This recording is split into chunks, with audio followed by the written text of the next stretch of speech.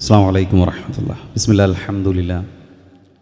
അൽഹംദുലില്ലാഹി റബ്ബിൽ ആലമീൻ വസ്സലാത്തു വസ്സലാമു അലാ നബിയിനാ മുഹമ്മദിൻ വഅലാ ആലിഹി വഅസ്ഹാബിഹി അജ്മഈൻ. അമ്മാ ബഅദ്. ആദരണീയനായ അധ്യക്ഷൻ, വേദിയിലെ പണ്ഡിതന്മാരെ, വിസ്ഡം ഇസ്ലാമിക് ഓർഗനൈസേഷൻ്റെയും പോഷക ഘടകങ്ങളുടെയും ഭാരവാഹികളെ, ജാമിയയുടെ സാധാരണീയരായ അധ്യാപകരെ, പ്രിയപ്പെട്ട സഹോദരി സഹോദരന്മാരെ, ഏറെ പ്രതീക്ഷ നൽകുന്ന ഒരു സന്ദർഭത്തിലാണ് ഇന്ന് ഇവിടെ ഈ ഒരു സമ്മേളനത്തിൽ നാം ഒത്തുകൂടിയിട്ടുള്ളത്. സമൂഹത്തെ സംബന്ധിച്ചിടത്തോളം ഒരു പണ്ഡിത നിര പുറത്തിറങ്ങുക എന്നത് വലിയ പ്രതീക്ഷയ്ക്ക് വകയുള്ള കാര്യമാണ്. വിശിഷ്യ മനുഷ്യൻ്റെ മനസ്സ് സമാധാനത്തിന് വേണ്ടി ദാഹിച്ചുകൊണ്ടിരിക്കുന്ന ഈ ഒരു കാലഘട്ടത്തിൽ, സാഹചര്യത്തിൽ എല്ലാവരും സ്ട്രെസ്സിലാണ്, എല്ലാവരും മാനസികമായ സമ്മർദ്ദങ്ങളിലാണ്. മനുഷ്യൻ്റെ മനസ്സ് എന്തോ ഒരു പൂർത്തീകരണത്തിന് വേണ്ടി ദാഹിക്കുന്ന ഒരു അവസ്ഥയിലൂടെയാണ് നമ്മൾ കടന്നുപോയിക്കൊണ്ടിരിക്കുന്നത്.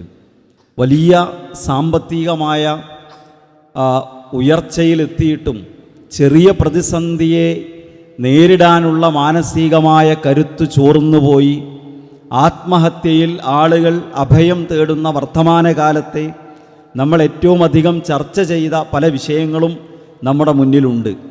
ദുനിയാവിലെ ഭൗതിക കാര്യങ്ങൾ കെട്ടിപ്പടുക്കുന്നതിലെ കരുത്തും ശേഷിയും കപ്പാസിറ്റിയും പക്ഷേ മനുഷ്യൻ്റെ മനസ്സിനെ നിയന്ത്രിക്കുന്നിടത്ത് മനുഷ്യന് നിലനിർത്താൻ സാധിക്കുന്നില്ല എന്നതാണ് പുതിയ സാഹചര്യങ്ങളിൽ നമ്മൾ കണ്ടുകൊണ്ടിരിക്കുന്നത്.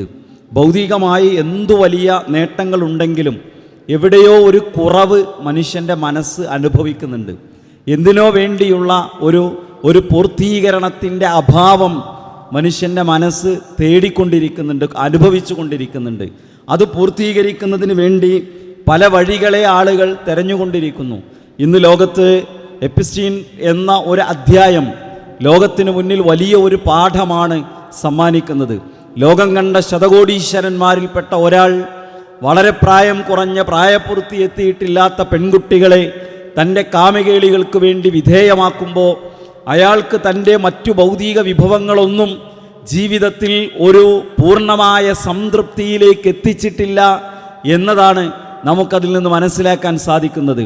ഇവിടെ മനസ്സ് തൃപ്തിപ്പെടാത്ത ആളുകളെ സംബന്ധിച്ചിടത്തോളം മനുഷ്യൻ്റെ മനസ്സിൻ്റെ ദാഹം ശമിപ്പിക്കാൻ വേണ്ടി ഭൗതികമായി ഇവിടുത്തെ ലിബറൽവാദികളും സ്വതന്ത്രവാദികളും മുന്നോട്ട് വെക്കുന്ന ആശയങ്ങൾ എത്രമാത്രം വലിയ ഭീകരമായ ഒരവസ്ഥയിലേക്കാണ്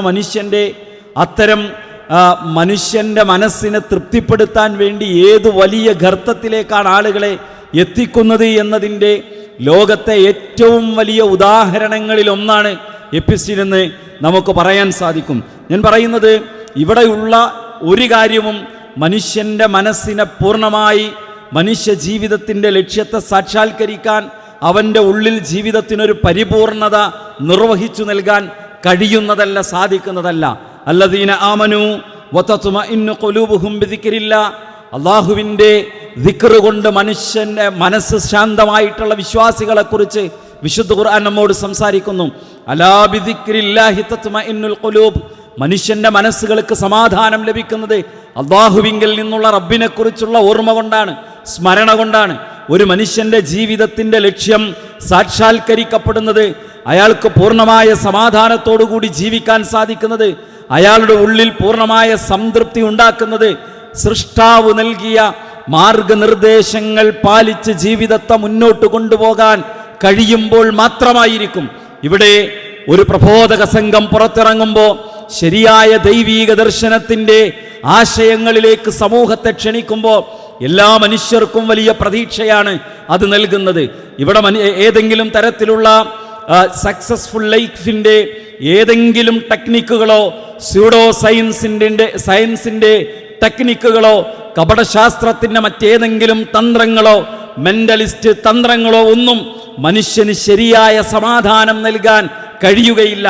ശരിയായ ആത്മീയതയാണ് മനുഷ്യന്റെ ജീവിതത്തെ പരിപൂർത്തീകരണത്തിലേക്ക് എത്തിക്കാൻ സാധിക്കുന്നത്. അതിനപ്പുറമുള്ള കപട ആത്മീയതക്കോ ആൾ ദൈവങ്ങൾക്കോ ആത്മീയ ചൂഷണങ്ങൾക്കോ ജാറങ്ങൾക്കോ മക്ബറകൾക്കോ കപട വലിയമാർക്കോ ഒരാൾക്കും മനുഷ്യന് പൂർണ്ണമായ സമാധാനമോ ശാന്തിയോ നൽകാൻ സാധിക്കുകയില്ല. യഥാർത്ഥ ദൈവീക ദർശനത്തിൽ നിന്ന് മാത്രമാണ് അത്തരമൊരു പൂർണ്ണമായ ഭൗതിക ജീവിതത്തിലെ സമാധാനവും പാരത്രിക ജീവിതത്തിലെ മോക്ഷവും സാക്ഷാത്കരിക്കാൻ സാധിക്കുന്നത്. അത്തരം ആശയത്തിലേക്ക് ക്ഷണിക്കാൻ ഉതകുന്ന ഒരു സംഘം പുറത്തിറങ്ങുന്ന സമൂഹത്തിനെ പ്രിയപ്പെട്ട ജാമിയ അൽ ഹിന്ദ് കൈമാറുന്ന ഒരു വല്ലാത്ത നിമിഷമാണിത്.